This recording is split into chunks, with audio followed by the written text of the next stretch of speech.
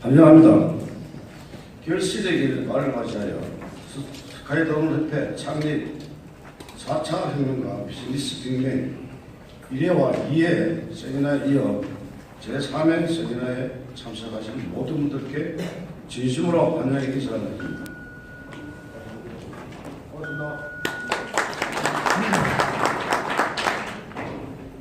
특히 1회 세미나부터 지금까지 관심과 성원을 보여주고 계시는 구미시 국회의원, 구미시장님과 관계공무원, 경북도의회 도의원님, 구미시의회 의장님을 비롯한 구미시 의원님들도 감사드립니다. 우리 스카이드론협회는 4차 혁명을 선도하는 구미시가 되기를 바라는 마음으로 창립 기업으로 4차 혁명과 비즈니스 빅뱅이라는 세미나를 3회째 개최했습니다. 세미나를 위해 수고를 주고 계신 김석호 준비위원님과 회원 여러분, 주간사인 에브리 뉴스 김종원 대표님, 그리고 그동안 강연을 해주신 강사님들과 보이지 않게 수고하고 계시는 모든 분들이 노고에 감사드립니다. 스카이드론협회는 4차 산업을 리드하는 구미가 될 수 있도록 작지만 보람있는 소임을 다해 하는 것입니다. 구미 시민 여러분들이 뜨거운 성원과 동참을 부탁드립니다. 참석하신 모든 분들께 건강과 행복을 기원합니다. 감사합니다. 안녕하십니까. 방금 소개받은 세미나 준비위원장을 맡고 있는 김석호입니다. 반갑습니다. 그 밑에 2층에 또 저 행사가 큰 구미시에 큰 행사가 있어서 그렇게 자리가 많이 비었습니다. 큰 맘 먹고 그래도 장소 좀 크게 이렇게 해서 준비해서 우리 구미 시민들이 4차 산업에 대한 정보와 많은 저 지식을 공유할 수 있도록 그렇게 준비를 했는데 아마 그 행사하는 중에 좀 있으면 아마 많은 분들이 오실 거라고 생각되어집니다. 오늘 우리가 저 4차 산업혁명 세미나를 비즈니스 세미나를 비즈니스 빅뱅 세미나를 세 번째 개최를 하고 있습니다. 개최하고 있는데 그동안 그 4차 산업혁명 비즈니스 빅뱅 세미나가 더욱 다양한 분야의 발전된 모습으로 이번 3회째 세미나를 개최하게 되어 준비위원장으로서 매우 영광스럽게 생각합니다. 오늘 이 자리에 또 함께 공부하고 또 함께 정보를 공유하기 위해서 오신 귀한 분을 소개해 드리도록 하겠습니다. 먼저 구미 폴리텍대학 박종감 우리 학장 직무 대리님께서 와주셨습니다. 박수 그리고 제가 평소 존경하는 제 선배님이시고 우리 저 형곡 새마을금고 이사장을 맡고 계시고 얼마 전에 5천 불 아마 그 행사를 크게 한 걸로 알고 있습니다. 우리 김철호 이사님께서 오셨습니다. 감사드리고 그리고 오늘 저 구미뉴스에 오늘 저 우리 대표님께서 오셔가지고 열심히 촬영을 해주고 계십니다. 그리고 또 행사 때마다 촬영해서 이렇게 많은 분들에게 페이스북이나 SNS로 이렇게 방송을 해주시고 해서 정말 감사드립니다. 고맙습니다. 그동안 두 차례 세미나를 해오는 동안에 많은 구미 시민들께서 4차 산업혁명에 관련한 대화와 이야기를 나누시는 것을 자주 목격할 때마다 세미나를 준비하고 있는 스카이드론협회 회원으로서 정말 무한한 자긍심을 느낍니다. 스카이드론협회 창립 기념으로 개최하고 있는 4차 산업혁명 앤 비즈니스 빅뱅 세미나를 통해 구미의 산학관 및 청년들이 미래를 준비하는 데 조금이나마 도움이 되고자 하는 것이 본 세미나의 목적임을 앞으로도 최선의 노력을 다하겠다는 약속을 드립니다. 그리고 구미 시민 여러분의 관심과 사랑이 구미 경제를 다시 회생시킬 수 있을 것이라고 확신합니다. 4차 산업혁명 앤 비즈니스 빅뱅 세미나를 통해 4차 산업 혁신 도시 또 벤처 창업하기 좋은 구미, 청년들의 일자리가 넘쳐나는 구미를 위해 구미 시민이 함께 지식과 정보를 공유하는 노력을 펼쳐나가야 할 것입니다. 스카이드론 협회의 구미를 위한 지식 세미나는 앞으로도 계속될 것입니다. 앞으로도 변함없는 성원과 격려를 부탁드립니다. 오늘 함께해 주신 여러분 대단히 고맙습니다. 감사합니다.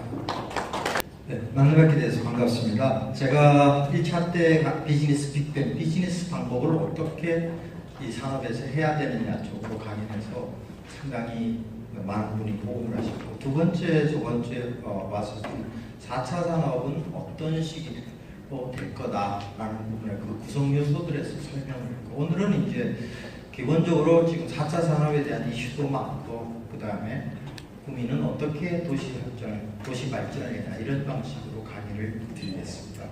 먼저 제목을 미래 길라잡이가 될 4차 산업입니다. 이미 벌써 4차 산업이라는 건 우리 속에 와 있고 지금도 진행되어 있고 그런 것이니까 제목을 한번 이렇게 뽑아봤습니다.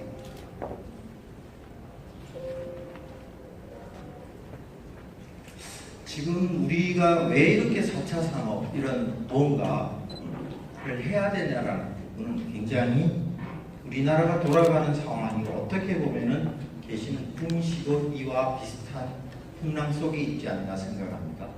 보면은 기존의 산업, 한 일본도 토요타, 도코모, 후지, 그 다음에 소니 이런 한 시대에 잘 나갔던 기업들이 지금은 쇠퇴기를 하고 있습니다. 새로운 산업이 뜨고 있지 않는 거죠. 이 바톤을 이어줘야 되는데, 한국도 지금 삼성, 포스코, 현대 이 세 개 회사가 우리 수출 물량의 30%를 점하고 있고, 이 다음에 이 정도 기업들이 지금 못 뜨고 있죠.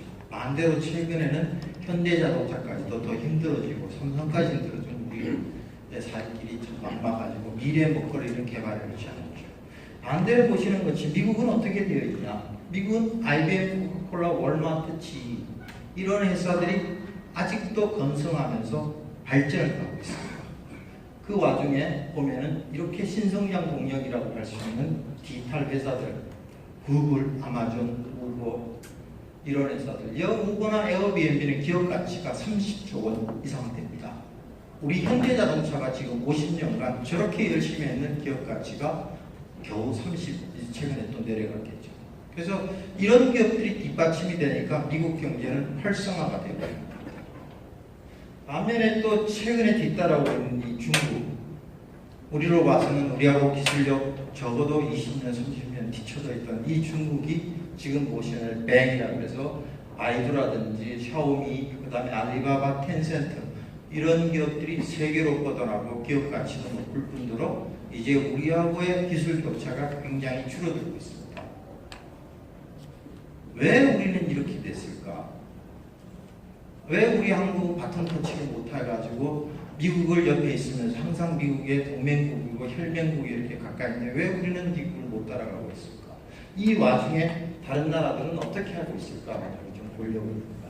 세계 경제 추이를 한번 보면 세계 경제가 지금 올라가다가 6.5% 하다가 지금은 3.4% 하고 있는데, 우리는 이럴 때 세계 경제 알다시피 이 구미가 산업이 한창 좋아서 발전할 때 우리나라는 6%, 8% 성장을 하고 있어요. 세계에서 싱가포르, 한국 이런 나라들을 아시아의 드래곤이라고 해서 부러워했는데 지금은 관심밖에 관심 없는 나라가 되어버렸습니다. 그리고 성장률도 지금 겨우 2.5, 2.6 이게 지금 그래프를 비슷하게 그려서 그런지 이 3.4와 2.6 차이는 피부로 느끼는 건 엄청납니다. 중국도 막 가다가 지금도 중국도 6.8%의 성장률을 보유하고 있는데 우리는 이 성장률이 없고 지금 계속 2.5%를 지키려고 굉장히 진짜 정부나 모든 민간단체가 열심히 지키고 있습니다. 이것도 곧 붕괴될 거예요. 여러분들이 7, 8년 전에 우리가 우리나라 경제학자들이 얘기하길래 우리 경제가 어느 정도 유지되려면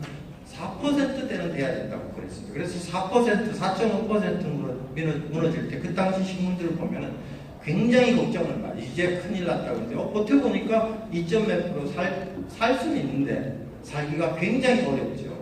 그래서 이렇게 돼 있고 지금 각종 지표들 한국경제전망치는 다 내려가고 있습니다. 별로 숫자들도 실업률도 점점 증가했고 이게 지금 알다시피 숫자를 뽑고 계시는 분도 알겠지만 이 숫자가 내가 얻는 체감 숫자가 또 다를 거고 이런 와중에 조금 시야를 돌려서 보면 독일도 이런 경우를 겪고 있었다. 독일이 인더스트리 4.0이라는 걸 출현하는데 이 배경에는 우리 한국이 지금 앓고 있는 많은 상황하고 비슷했었습니다. 10년 전 우리 4차 산업에서 뒤에서 제가 설명드리겠지만 4차 산업이 시작된 것은 외국은 10년이 넘습니다. 독일이 2010년도부터 시작을 했었고 다른 나라도 그 근처에서 몇 년간 시작했어요. 그래서 보면은 독일 경제가 제품 수명이 점점 어떻게 하는데 수명이 주기가 점점 단축되고 있어요. 제품 하나 냈으면은 그 제품 가지고 10년, 20년 살아야 되는데 벌써 이 경쟁력이 없어지기 시작해서 제품 경쟁력이 떨어지고 있었고 두 번째는 제조 원가가 압력이 받고 있어요. 원자재의 상승과 임금의 상승, 기타 등등으로 인해서 결국에는 이 두 얘기는 국제 경쟁력을 상실하고 있었다. 그리고 이때 필요한 것은 인구 문제. 우리도 지금 전 세계에서 가장 노령화가 급속도로 진행하는 인구 노령화. 그 다음에 기능 인력의 감소. 사실 구미 금호공고 시절은 그 학생들이 전 세계를 나가서 1등을 해서 상을 쓰고 요새 그런 뉴스 없죠. 상은 계속 받더라고요. 궁금해서 한번 받아요. 상은 받고 1등 하는데 그러니까 지금의 다시 이과 시대 같으면 과거의 이과 시대가 부흥이었다가 문과 시대가 문과 출신들이 유행했다가 이제 다시 돌아오고 있지만 그런 기능 인력에 대한 우대나 별로 그거 결수는 안 시켰죠. 기능 인력이 감소될 거고 사회적인 문제는 지금 요거하고는 좀 틀리지만 유럽 같은 경우는 에너지 감소, 그 다음에 연료 이런 문제가 굉장히 심각합니다. 그리고는 친환경 에너지를 써야 되는 이런 문제가 발생돼가지고 결국 독일에서는 우리 한국말로 하면 산업 4.0이지만 인더스트리 4.0이라는 걸 가지고 10년 정도 작업을 해서 지금의 수준은 엄청나죠. 그러다 보니까 독일이 어떻게 해서 떨어져 가던 이 수치들이 2016년부터 6.3으로 이제 정체돼서 지금 다음 올라가고 있습니다. 그 다음에 가장 중요한 고용률은 지금 2006년도 대비해서는 73% 거의 10% 이상 올라가서 엄청나게 발전을 하고 있어요. 그래서 그걸 이제 전 세계에 따서 봤더니 인더스트리 4.0이라는 걸 하면서 저쪽에 오면 좀 더 뒤에도 설명드리겠다. 스마트 오피스나 대대적인 구조 계획을 잘 국가적인 차원에서 국가 경쟁력 제고를 하면서 신성장을 찾아냈구나 하는 겁니다.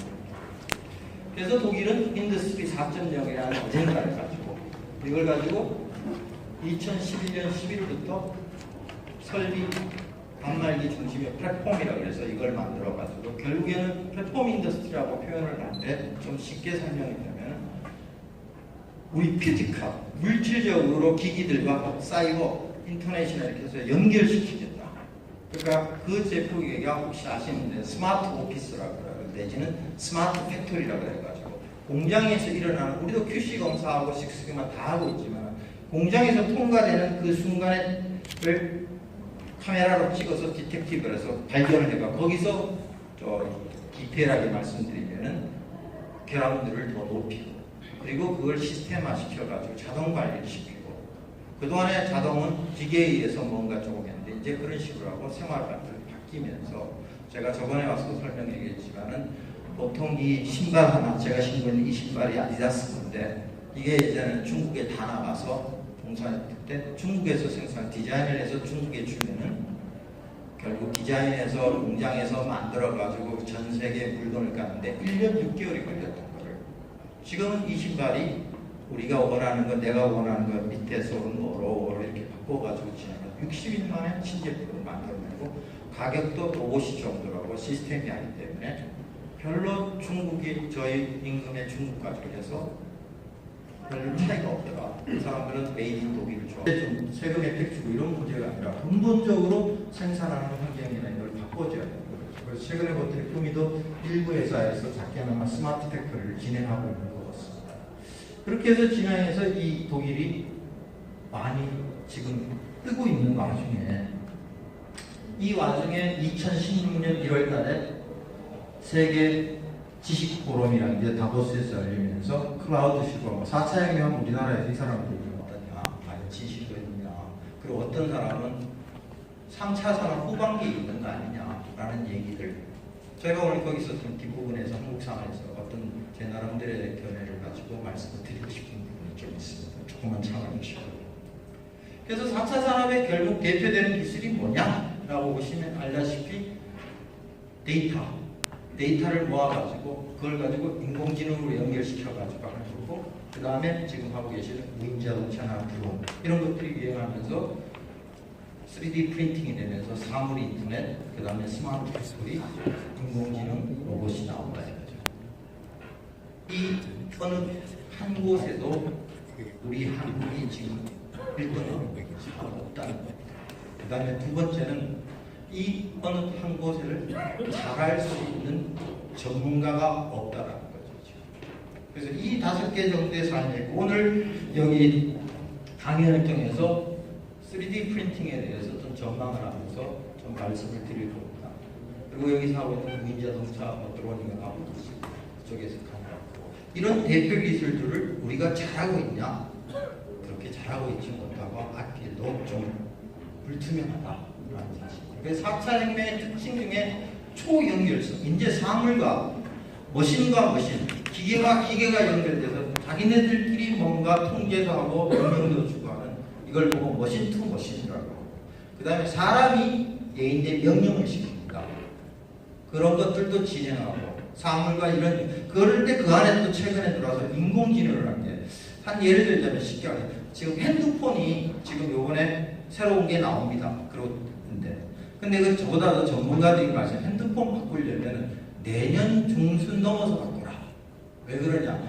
핸드폰 단말기 안에 지금 있는 인공지능 기술들이 이제 탑재되는 프로세서, 그 기업, 아예 하드웨어나 소프트웨어들이 거기 내장될 거예요. 지금 핸드폰에 큰 변화가 내년올 거다. 지금 말로 가지고 몇 개 명령시켜가지고 이래라, 불 켜라, 전화 걸어. 이제 맞춤을 되는데 지금 이제 사물 인터넷 IoT가 돼 있는 게 조금 있으면 제가 이게 불리면 IoT, 사물 인터넷과 인공이 결합된다. 그래가지고 이걸 보고 이 이면에는 또 다른 어려움이 있고 도사리고 있습니다.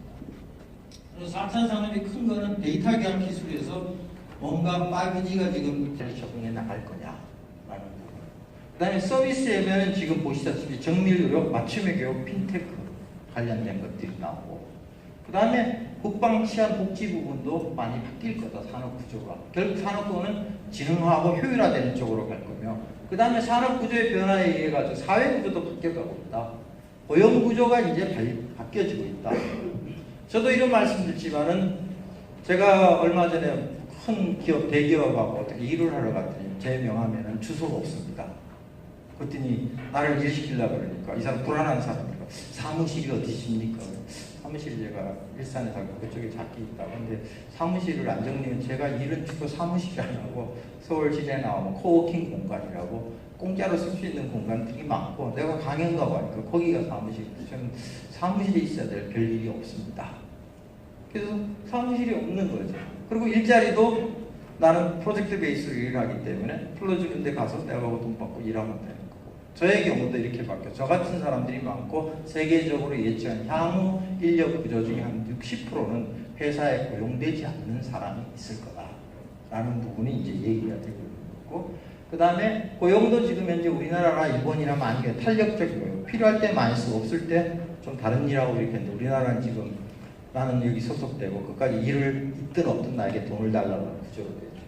삶의 질은 엄청 바뀔 겁니다. 편리성이 진행되고 맞춤 서비스가 진행돼가지고 할 정도로. 이건 지금 말로 표현해서 서서히 우리 피부 속에 와닿은 것들도 많고요. 자율주행차가 나오고 나면 엄청난 자동차 어디 가라고 지가 탁 타면은 말만 하면 지가 탁 가가지고 탁 세우는 것도 자동으로 주차하는데 힘들지도 않고 딱 세울 수 있도록 이렇게 바뀔 거라는 게 지금 현재 사람들이 예측입니다. 그래서 다른 나라들은 어떻게 접근하고 있는지, 우리 정부도 이제 4차 산업이라는 걸 하나의 큰 테두리로 가지고 나오기로 결정을 한 거니까, 특히 미국 같은 경우에 미국은 알다시피 저기 어디라도 4차 산업이라는 얘기가 없습니다. 그러다 보니까 미국에서 학자들이나 한국 사람들에서 미국에는 4차 산업이 없는데 왜 이렇게 한국에는 4차 산업을 요란하게 떠들고 난리냐라는 얘기들이 나오는데, 여기 보면은 아젠다가 뭐냐 그러면 인더스트리 인터넷, 산업 인터넷이라고 합니다. 그래서 미국의 국가에서는 저렇게 말을 하고 있는데 사람들은 디지털 트랜스포메이션, 어떻게 하든 지금에 있는 비즈니스들을 디지털화, 사업을 디지털화 시켜야 된다라는 부분입니다. 그래서 이때 보시면 2012년 11월에 시작을 해가지고 지금 이 추진하는 기업들이 각 나라마다 추진하는 자체가 민간이냐 기업이냐 정부냐라는 부분들이 조금씩 차이가 있습니다. 지금 추진 주체가 GE라든지 IBM, 인텔 이런 163개 관련 기업들이 모여서 같이 한 겁니다. 그리고 독일도 어떻게 했냐 그러면 SAP, SAP이라는 데서 닥터 커닝 회장이 주관을 해서 민간 기관들 기업체를 모아서 협의체를 만들어서 거기서 발전시켰어요. 우리나라는 알다시피 지금 이제 계속 얘기가 되고 있는 정부 주도냐 아니면 정부와 민간 주도냐 이런 문제를 가지고 계속 얘기합니다. 그래서 공장을 어떻게 바꾸고 인공지능 빅데이터를 해가지고 이들은 여기에 성공을 하는 바람에 지금 다시 부국의 자리를 유지하면서 그 경제적인 힘이 있으니까 세계를 다시 지배하고 통제할 수 있는 개념이 된 겁니다. 일본 같은 경우는 일본은 참 자기네들이 할 수 있는 거 하자 해서 소사이어티 5.0이라는 이름을 가지고 로봇 신전략, 일본이 로봇 기술에 여러 가지에서 이제 우리나라가 지금 일본의 로봇 기술에 접근을 하는데 잘 안 주는 게 그동안 뭐 반도체 다 뺏겨봤거든요.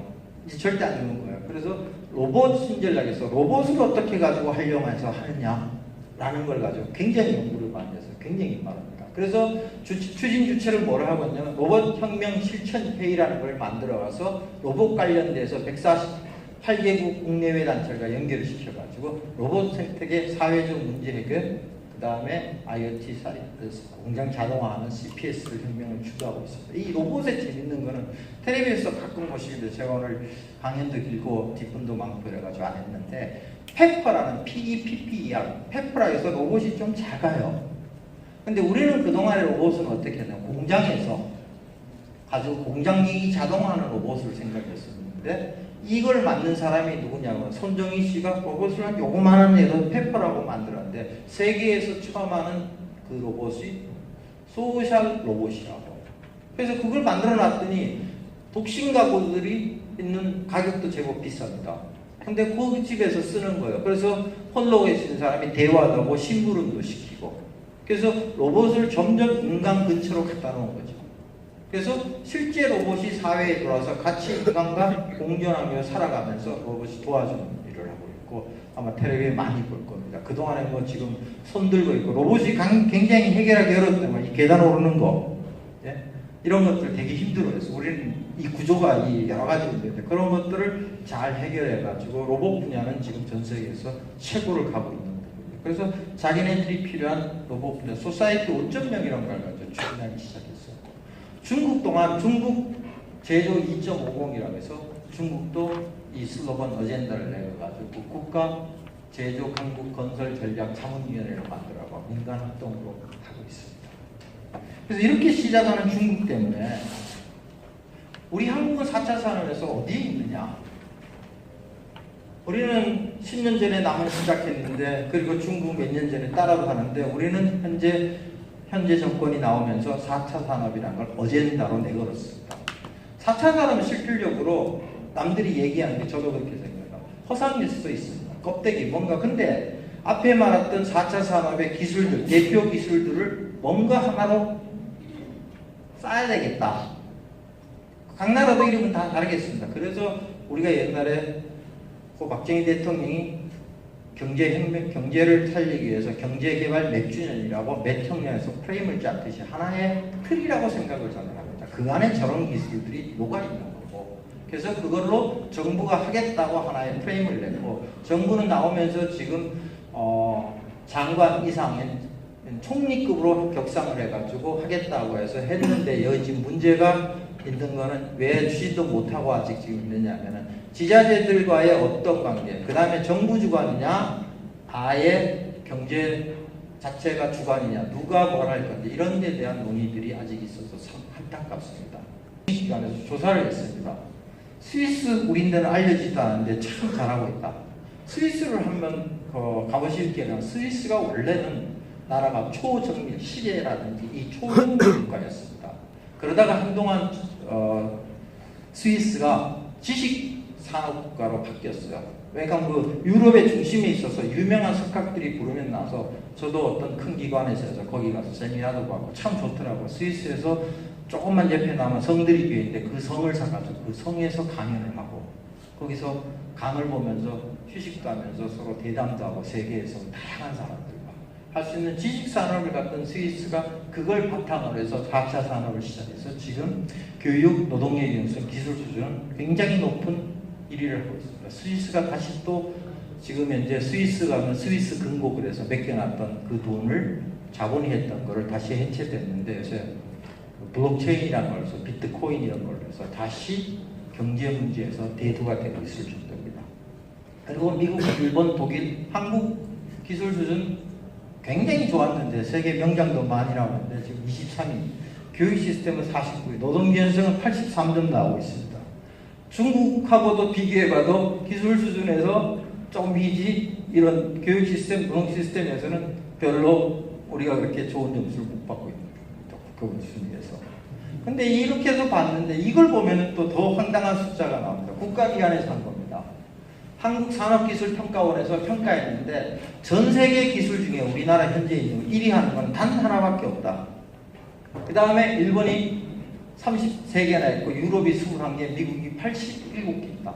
그걸 직접 중국하고 비교했더니 앞선 전략이라고 중국이 한국보다 앞선 전략은 우주 발사체, 우주 감사, 우주 관련된 건 얘네들이 다 갖고 있고 뭐 자원 탐사, 첨단 무기 이런 것들도 많이 갖고 있더라고요. 얘네들이 우리보다가. 그리고 이걸 가지고 중국하고 우리나라하고 비교를 직접 해서 얼만큼 되냐. 뭐 우리하고 걔네 기술이 몇 수십다. 지금 오늘 왔던 주제가 알다시피 드론 FPS인데 일반적으로 아실 겁니다. 드론은 지금 따라하기 힘들다. 우리가 걔네가 너무 앞서 있다 지금. 우리는 드론 분야에 어떻게 해야 될지 정도로 일반 사람도 아닐 정도로. 자동차 옛날에 중국차에서 이제 한국에 들어오죠. 장수적 못 쓰는 차, 뺏기는 차였는데 요새 왔더니 가격 대비 쓸만하네 이렇게 돼 있죠. 그 다음에 법령기계, 반도체. 반도체도 경제가 점점 줄어들고 있습니다. 조선, 석유화학, 철강. 철강은 지금 거의 추격당했죠. 그 다음에 디스플레이 이런 거도 2, 3내에 추격했고 통신기기, 중국이 시장 점유율 2년 내 세계 1위 할 거다. 우리 옆에 있었던 중국조차도 우리에 근접해 있고 우리는 그 중간에 있는 이런 현상입니다. 지금. 그런 현상에서 우리가 지금 봐야 될 게 이제는 국가 단위가 아니라 시작의 단위를 마이크로 단위로 나눠가지고 시작은 이제 도시가 잘해야 된다. 도시가 경쟁입니다. 다르게 얘기하면은 구미가 발생됐던 것도 알다시피 옆에 있었던 오늘 그 김천 구미 KTX 타고 왔는데 원래 김천이 이쪽 동네에서는 제일 컸는데 구미란 산업도시가 발생됨으로써 지금 엄청나게 됐죠. 그것도 보면 도시가 시작했던 하나의 큰 이유입니다. 이게 제 얘기가 아니라 이 필리코트라는 유명한 사람이 시장의 미래는 무엇일까? 기업이 살아나야 도시가 살아나고 도시가 살아나야 국가가 발전 유명한 슬로건을 얘기했습니다. 이 사람이 말씀했던 얘기를 들으면은 2020년 600대 글로벌 기업 도시가 세계 생산층의 세계 총생산의 67%를 가질 거다. 그리고 구글, 애플, 삼성, 현대, 아마존, 하이얼, 다이얼, 나이키 이런 기타 등등에서는 국가가 아니라 도시에서 성장합니다. 미국에 지금 아까 얘기했던 새로 뜨는 기업들이 속해 있는 것은 바로 샌프란시스코라는 그 도시에서 디지털화가 이루어지기 시작했다. 미국은 우리나라 50개 있다고 생각하시면 가보시면은 저쪽 동부 쪽에 대부분 뉴욕의 월가 기업들도 그쪽에 많이 있지. 서부 쪽에서는 옛날에 늦게 개척이 돼가지고 좀 표현하면 그렇습니다. 놀자판 쪽, 엔터테인먼트, 헐리우드 저기 가보면 네바다주 가가지고 갬블링 하는 거 이런 쪽에 서비스 산업이 발달했다. 근데 거기에 실리콘밸리라는 데에서 그 환경과 그 낭만주의 자유주의 사람이 들어가서 디지털화이라서 거기에 있었던 기업들이 동부 쪽에 있어서 100년 동안 이루는 거를 불과 5년, 10년 만에 이루는 거죠. 그래서 지금 이제 도시가 중요한데 이 도시를 전 세계를 한번 둘러보면은 그리고 모든 기술이 다 도시에 있습니다. 앞으로는. 그래서 지금 보면은 설명했던 4차 산업의 모든 대표 기술들이 바로 도시 내에서 형성될 겁니다.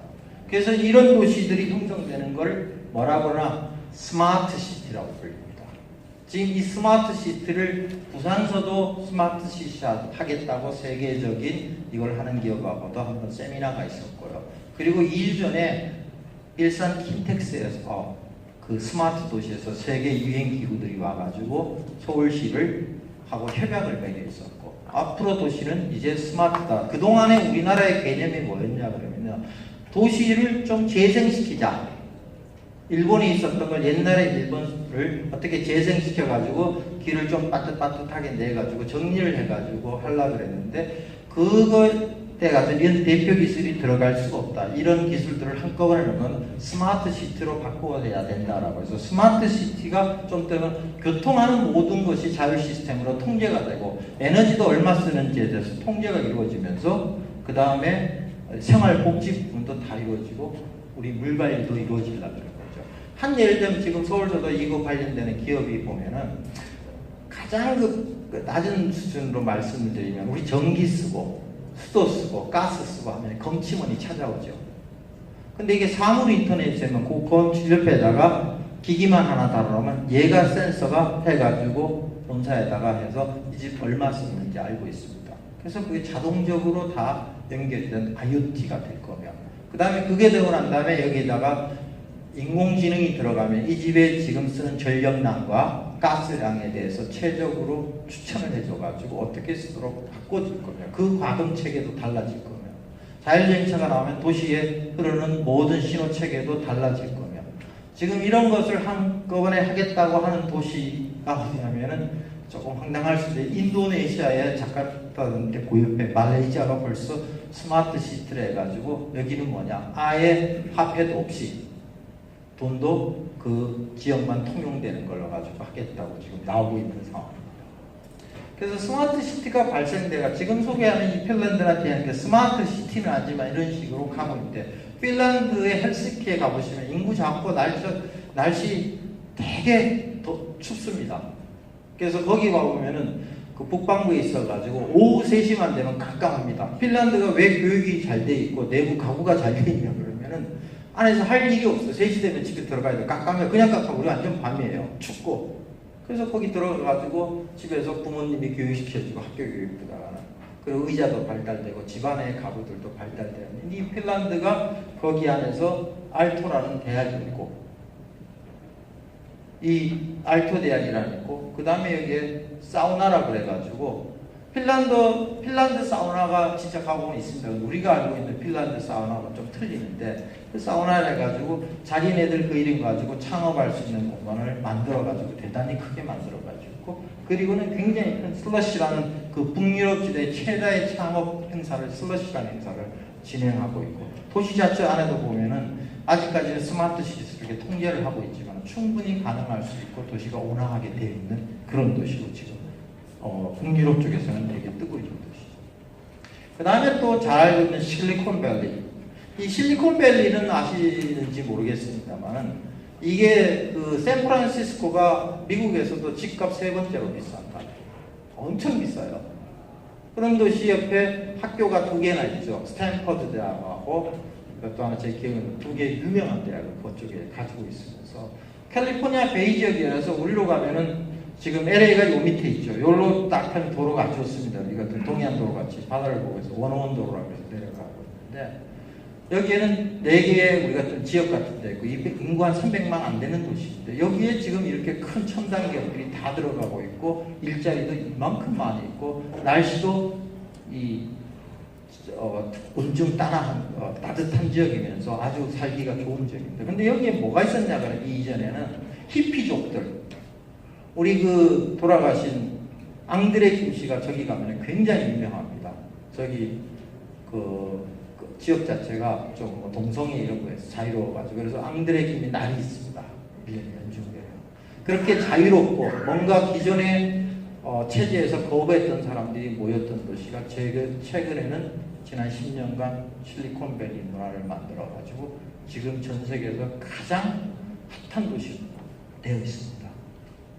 이 도시를 조금 더 보고 나면 이 안에도 보면 스탠포드 대학이 존재하면서 여기서 학생들과 기업들과 산학을 해가지고 팔고 있으며, 이 안에는 샌프란시스코 옆에서 창업을 할 수 있는 500 스타트업 플레이 앤 플러그라고 여러분들에게도 혹시나 언론 보시다가 원래 샌프란시스코가 워낙 비싸니까 샌프란시스코 근거에 어떤 빈 공장 같은 쓰다 남은 게 있었는데 거기에 젊은이들이 타가서 나 거기서 일 좀 하더라도 책상을 냈더니 이거보다 훨씬 몇 배 되는 데서 창업 붐이 일어나가지고 그걸 보고 플레이 앤 플러그라고 많이 나오고 있고 그 다음에 이제 500 스타트업이라고 생겨서 한국도 진출해 있습니다.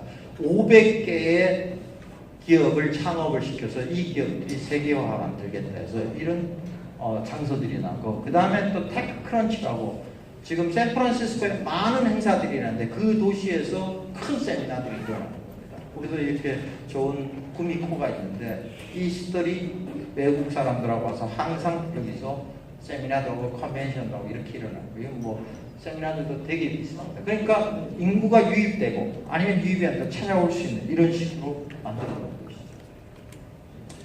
그리고 또 하나 뭐냐면은 저 참 전쟁 나고 아주 안 좋고 맨날 우리는 폰은 안 쓰고 남북이 대치하고 있지만 그 지역에는 맨날 그 지역 탈레반 싸우고 있는 이스라엘에 보면은 텔아비브라는 이 지역에서는 후츠파 정신이라 그래서 우리 같으면 새마을운동 같은 거겠죠. 창업 노하우로 스타트업을 해가지고 이 사람들이 지금 우리 성남 판교 같은 이런 지역을 만들어가지고 거기에서 이스라엘의 중원 창업점 인구 700만 세인데 벤처 기업 8,000개가 넘고 그래서 결국 인구 950명당 1명이 지금 새로운 사업을 만들고 있습니다. 그래서 창업 국가, 창업 도시라고도 표현이 되죠.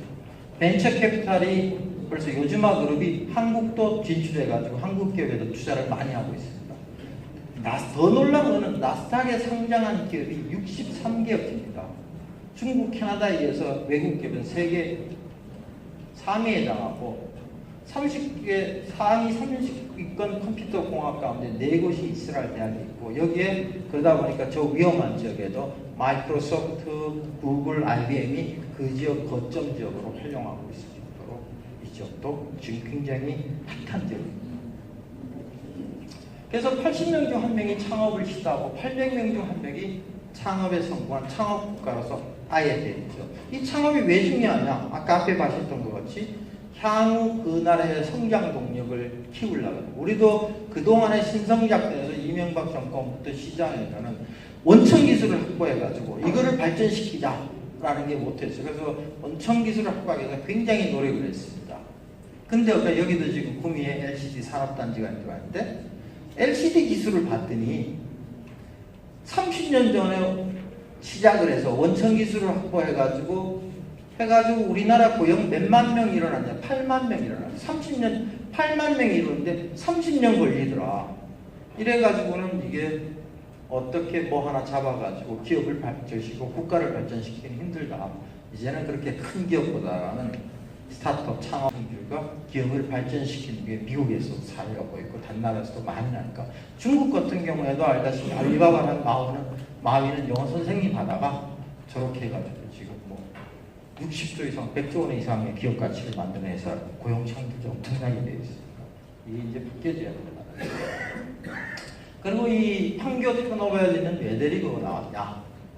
이 참 그 서울서는 참 판교 그래가지고 서울의 강남 지역에 부동산 가진 사람은 아주 죽은 맛입니다. 이 판교는 지금은 이제 이재명 씨가 하고 뭐 이렇게 되어 있지만 실질적으로는 김문수 씨가 경기도지사로 있을 때 판교를 선정을 해가지고 여기에 나름대로 이제 스타트업하고 이런 것을 유치하겠다 해가지고 도시를 아름답게 꾸며 그동안은 아무 없던 겁니다. 그렇게 해서 이 꾸미는 도시인데 성남 천평동 일대 경부고속도로 내려가다가 바로 톨게이트 서울서 내려오면서 끝나서 조금 있으면 좌측별에 큰 건물들이 많이 있는 거기가 판교입니다. 성남 천평동 일대 66만 약 66만 제곱미터 20만 평에다가 현재 입주기업은 670개 그 다음에 1000개 이상의 2015년 이상 처음에 만들 때 얘기해 있습니다. 그래서 5만 명이 절대 인구가 유입이 되는 겁니다. 자동적으로. 기업 총매출이 2014년도 이때 얘기니까 이게 지금 한 거의 뭐 16조 원이 한꺼번에 돈이 들어오는 거죠. 거기에 바이오 IT 대기업 중개업에서 조성사업비 5조 원 가지고 만들어 놓은 도시입니다. 지금 이 도시에 어디 SK그룹의 SK플래닛 이런 SK그룹도 많이 들어가고 있고 땅을 지금 말씀드리고 싶은 거는 혹시 제가 하는 것이 구미하고 뭐 비교해가지고 혹시나 내가 구미를 평하거나 이런 생각 산업단지를 조성하지 않았어요. 빈 땅에다 공장 지으라고. 저기도 빈 땅이었어요. 근데 어떻게 했냐 기업을 본사가 들어야 세금이 들어오니까 강남에서 게임 회사를 이런 데다가 딜을 한 거예요. 자 우리 데 들어오면 10년간 땅 공짜 그 대신 이 땅 너만 써라. 그리고 땅은 이만큼씩 준다 해서 다 주치라. 공짜로. 땅 있는 거 경기도 하고.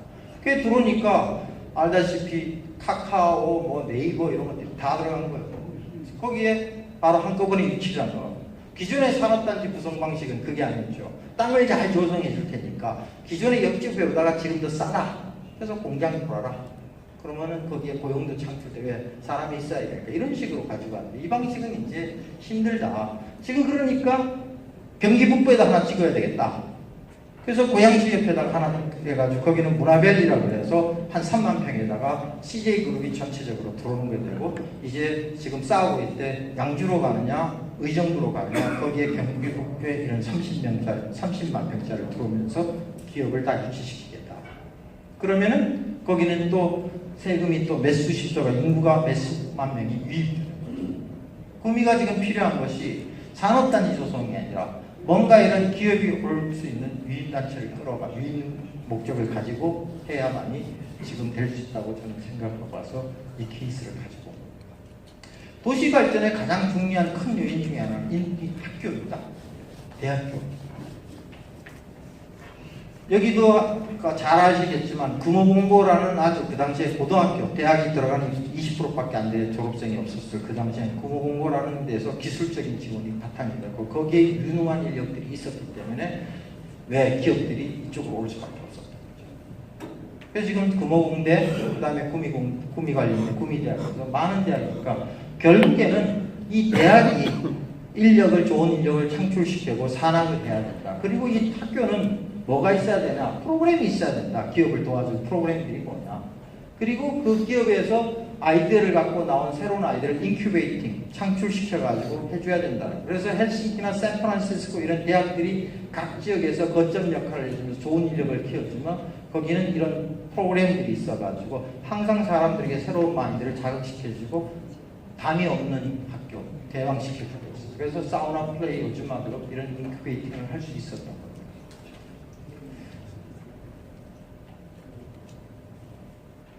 구미는 어떻게 발전해야 되냐? 제가 섣불리 하는데 이제 세 번쯤 하다 보니까 뭔가 이런 얘기를 해야 되지 않겠냐 싶더라고요.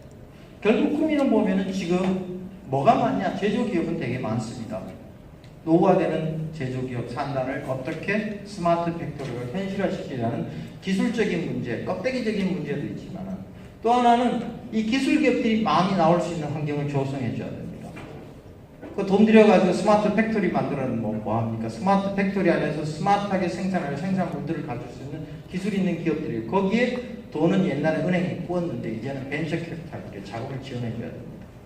그 자금을 지원하면 정부로부터 지원도 받아야 되고 그 다음에 그거를 우수한 인력을 취업을 시키고 할 수 있는 바로 대학들이 제대로 역할을 하고 대학이 기술기업과 산학협력을 하기 위해서 형성돼야 됩니다. 지금 제 얘기가 아니라 아까 했던 필립 코틀러 씨가 어떻게 하면 성장 가능 기업이 되냐, 도시가 어떻게 하면 되냐 라는 분에 도시의 시장 규모가 커야 된다.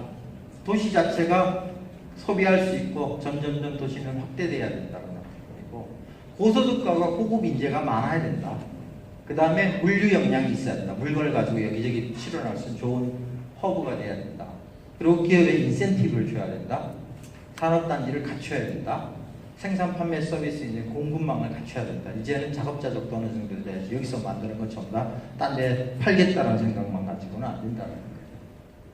그 다음에 중앙정부의 규제와 우리가 유연성을 가지고 우리가 좀 가지고 있어야 되고 도시가 안전해야 되고 그 다음에 기업 친화적인 정치지도도 있어야 된다.